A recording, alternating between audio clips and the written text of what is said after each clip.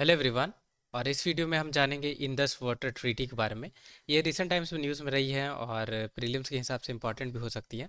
Otherwise mains और interview के लिए तो ये इम्पॉर्टेंट है ही। तो चलिए अब हम देखते हैं इसके बारे में।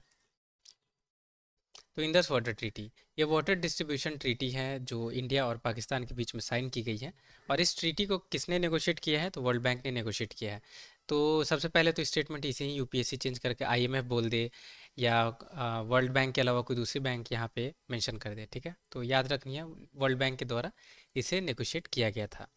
अब ये ट्रीटी में क्या है कि जो भी इंडस रिवर सिस्टम या इंडस रिवर की जो ट्रिब्यूटरीज हैं उसकी डिस्ट्रीब्यूशन दो पर्टिकुलर कंट्री के बीच में की जाएगी, यानी इंडिया और पाकिस्तान। और इसे साइन कहाँ किया गया था? तो कराची में की गई थी इसे साइन 1960 में। अब ये ट्रीटी के हिसाब से जो तीन ईस्टर्न रिवर्स है उसकी कंट्रोल इंडिया को दे दी गई, और जो वेस्टर्न रिवर है तीन उसकी कंट्रोल दे दी गई पाकिस्तान को। कौन कौन सी है ईस्टर्न रिवर जिसकी कंट्रोल इंडिया को दी गई है? तो ब्यास, रावी, सतलज, ये तीन है, ब्यास, रावी, सतलज। ठीक है, इसकी कंट्रोल इंडिया को दे दी गई। और इंदस, चेनाब, झेलम, यानी आईसीजे, शॉर्ट फॉर्म है आईसीजे, तो इसकी कंट्रोल दे दी गई पाकिस्तान को। अब हम मैप में देख लेते हैं कौन सी रिवर कहाँ पे है।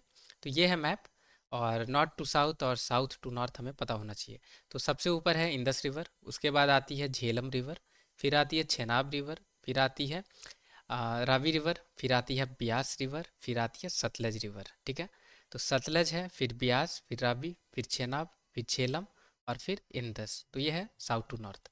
तो हमें पता होना चाहिए इसके बारे में।